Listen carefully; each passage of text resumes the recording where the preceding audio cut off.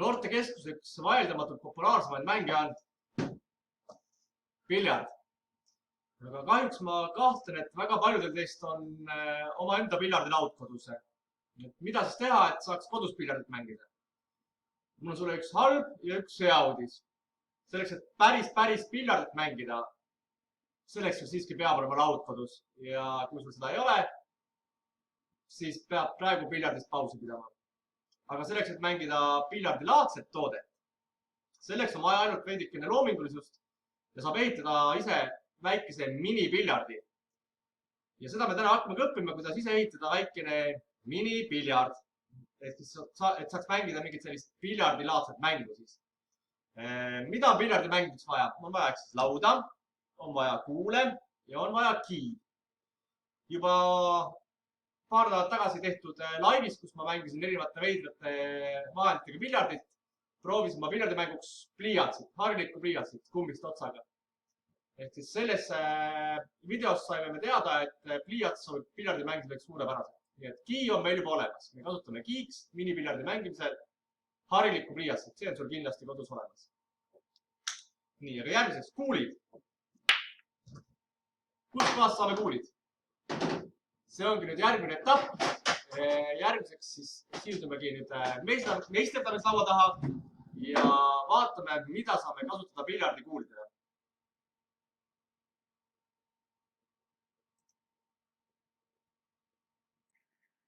Kust kohast siis saada oma koduse minipiljardi jaoks kuule? Üks võimalus on kasutada juba kodus olemasolevaid mingeid erinevaid plastikust, kummist või mis iganes materjalist kuule. Näiteks olen mina välja valinud siin, saad teha pinksipallidest piljardikuulid. Eriti hea, kui nad sul on valget värvi, siis saad ka nad üle värvida näiteks. Osad punasteks, osad kollasteks, üks mustaks, üks jätta valgeks ja ongi sul piljardikuulid sett olemas. Teine võimalus on näiteks kummist põrkepallid, kui sul on neid piisavalt kodus, siis kasutada neid. Või siis mingid täiesti suvalisi kuule, mida sul kodus on, näiteks samamoodi mingid suvalised plastikkuulid, mida ma siit noortekeskust leidsin, ideaalselt piljardiks, saad need kasutada. Või kui sul ei ole ühtegi juba olemasolevat kuulilaadset toodet kodus, siis on loomulikult võimalus need ka ise meisterdada. Ja selleks saad sa kasutada Cernitit või siis seda Fimot, mis iganes selle nimi ei oleks, ehk siis seda plastiliinilaadset massi, mis ahju pannes läheb kõvaks. Ja nendest siis on võimalik meisterdada piljardikuulid ise. Ja kuidas seda teha, seda nüüd sulle täpsemalt ja lähemalt näitangi. Aga selleks, et hakata neid piljardikuule meisterdama, peame me teadma kõigepealt, kui palju meil neid piljardikuule vaja on ja mis värvi. Asumegi kohe seda välja selgitama.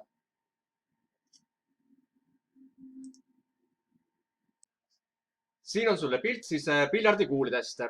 Ja nüüd võimegi kokku lugeda, et kui palju neid piljardikuule peab kokku meisterdama, et saaks piljardit kodus mängida. Õnneks on need piljardikuulid, nagu sa näed, numberdatud. Siis on lugemine meil lihtne, et me näeme, et neil on 15 palli, millel on mingi värv ja üks valge pall. Ehk siis kokku pead meisterdama 16 palli.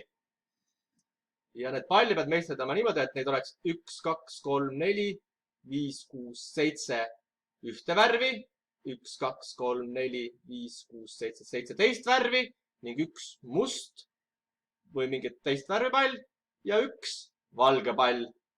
Ehk siis kokku pead meisterdama 7 ühte värvipalli, 17 värvipalli, ühe valge palli või mingit muud värvipalli ja ühe musta või mingit muud värvipalli. Ehk siis kokku peab sul olema 1, 2, 3, 4 erinevat värvi Cernitit, et ise meisterdada siis piljardikuulide komplekt. Ja kuidas seda teha? Seda nüüd näitan sulle järgmiseks. Mina valisin oma piljardikuulide värviks punase, lilla, mõlemad on sellised veel läikega, väga peened. Siis musta värvi ma ei leidnud, seetõttu valisin kõige tumedama sinise, mis mul Cernititest oli.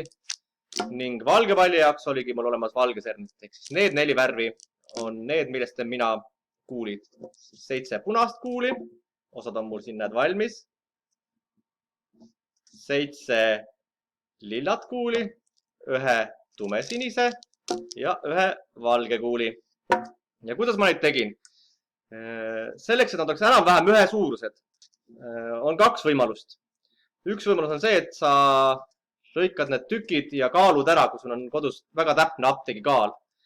Kui see Cerniti mass on igal tükil sama kaaluga, siis tulevad nad ka sama suured.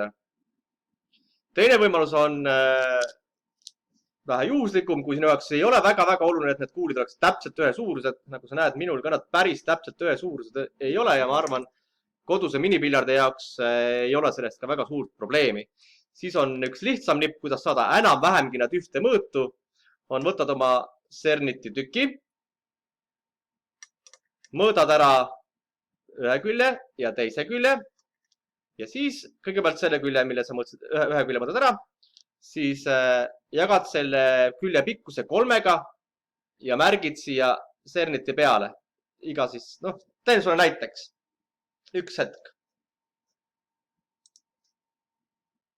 Otsustasin, et on lihtsam ette näidata, kui lihtsalt targutada ja rääkida. Siis tõin joonlaua ja näitan ära, kuidas ma selle tegin. Võtsin joonlaua ja mõõtsin ära oma Cerniti tüki ühe külje ja see oli 5,5 sentimeetrit. Jagasin 5,5 3-ga ja sain 1,8. No umbes tegelikult on ta 1,8,333, aga ma ümardasin ta 1,8-ks. Võtsin siis mingi teravama noa, ma võtsin paberinoa ja mõõtsin siit ära niimoodi, hakkasin minema 1,3, tegin märgikese. Sealt edasi veel 1,3, tegin teise märgikese. Siis võtsin alumise külje samamoodi, märkasin ära 1,3 ja uue 1,3. Ja kui mõlemas otsas oli juba märk olemas, siis tõmbasin joonlauaga joone ühest märgist teiseni. Ja sama tegin ka teise küljega. Ja selle tulemusena tuli mulle Cerniti peale selline, ma ei tea, kas siit on hästi näha, selline ruudustik, natuke on näha. Ja selle ruudustiku järgi nüüd need tükid, Cerniti tükid peaks olema enam-vähem ühe suurused, mis tõttu need pailid peaksid olema ka enam-vähem ühe suurusega. Ja siis ei jäägi muud üle, kui neid jooni mööda, mis sa nüüd endale siia Cerniti tüki peale joonistasid. Võimalikult täpselt see Cernit läbi lõigata.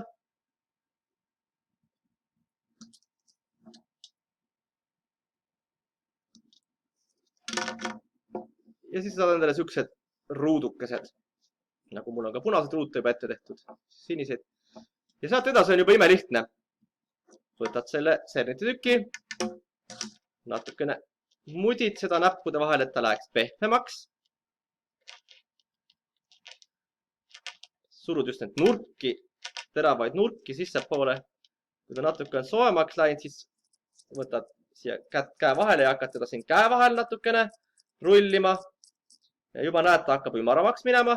Ja kui ta käe vahel on natuke sooenenud, siis võid panna ta näiteks sükse mati peale või laua peal, kui sul on kodus mingi hea pind, mida saab lihtsalt puhastada. Ja siis teed käega sükseid ruljaid liigutusi selle kuuliga mati või laua peal. Ja näed, kuul ongi sul valmis.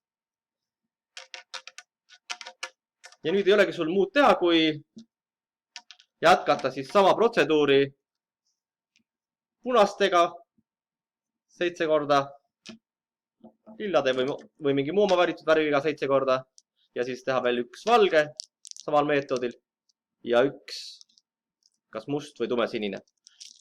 Kuna sul, ma arvan, on nüüd selge, kuidas see protseduur käib, nende kuuli tegemine, siis kõiki 7 kuuli ühte värvi ja teist värvi ja musta ja valget ma ei hakka sinuga koos läbi tegema. Selle teen nüüd kaadri taga ära. Aga sinule siis jagan soovitusi, mida sa nende kuulidega pead edasi tegema, kui nad sul valmis on. Siis kui kuulid on valmis, siis igal Cernitil on siin taga õpetus peal. Loodetavasti eesti keeli, minul on, et mitme kraadi juures ja kui kauaks tuleb see panna siis ahju. Ehk siis sernitid, kui nad on sul valmis voolitud, on algselt siuksed pehmed. Ja selleks, et nad kõvaks läheksid, tuleb panna nad ahju. Ja mis kraadidel ja kui kauaks seda siis vaatama serniti paki pealt ise järgi, juhuks kui nad on erinevad. Minu puhul oli siis 110 kraadi juures ja 15 kuni 30 minutit. Ja nüüd ma rollingi oma viimased kuulid valmis, panen need ahju ja olen juba sinuga tagasi selleks, et hakata meisterdama piljardi jaoks viimast olulist asja, ehk siis piljardilauda ennast.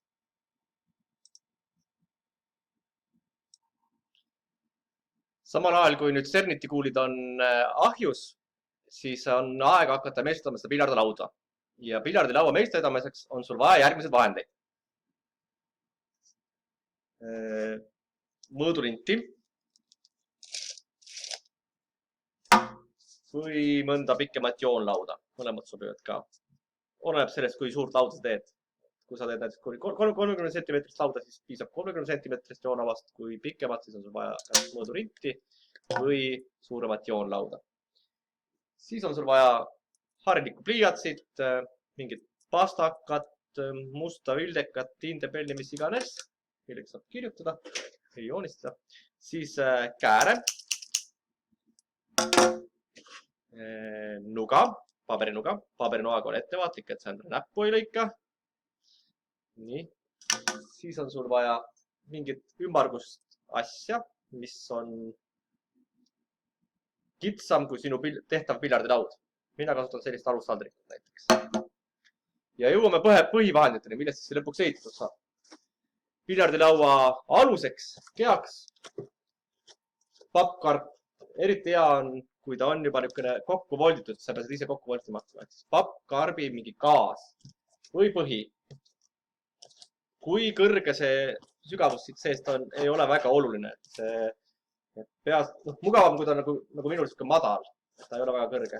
Siis on pärast hiljem siit need kuule lihtsam kätte saada ja ka lihtsam seda natuke heita. Soovitan sulle, et ta oleks selle pappkarbi kõrgus, oleks umbes, no ütleme, nagu mul on siin 8 centimeetri kandis. Kui ta on sul kõrgem, siis sa võid ju näiteks ta ka madalamaks lõigata, et oleks 8 kuni 10 centimeetrit. Sellest siis tuleb piljardilaua alus. Sellega sa midagi muud tegema ei peagi, kui sul on valmis karp kaas nagu minul, siis siia sisse sa ehitad piljardi. Sul muud sellega vaja teha ei olegi. Siis on vaja veel pappi, suuremat tükki pappi. Ja see papp peab olema suurem kui sinu piljardi see alus, see kaas. Kohe seletan ka miks. Ja lõpetuseks läheb sul vaja vetsupaberi neid sisemisi torusid. Et neid, ma arvan, praegu kodus jätkub hulgi. Ja kuidas neist kõigist vahenditest nüüd siis piljardilaua meisterdada, seda hakkangi sulle nüüd järgmiseks näitama. Esimene asi, mida pead tegema, on ära mõõtma, kui suur on sinu see piljardi lauaks oleva karbi gaas. Selle laual põhifundamendi osa. Ja selleks kasutad mõõdurinti või joonlauda. Mina kasutan mõõdurinti, mõõdan ära. Ja selle karbi laius on minul 23 centimeetrit. Panen selle endale kirja siia sisse. 23 centimeetrit. Panin siia sisse kirja, seda vist ei ole hästi näha, aga nüüd on võib-olla paremini. Ja mõõdan ka ära pikkuse. Pikkus on minul 32 centimeetrit. Panen ka selle kirja 32 centimeetrit. Nii. Näha. Siis mõõtsin ära. Nüüd ma tean, kui suure piljardilaua kaane ma pean tegema, siis selle plaadi, mille peal piljard mängida. Ja selleks siis võtad oma suurema papitüki.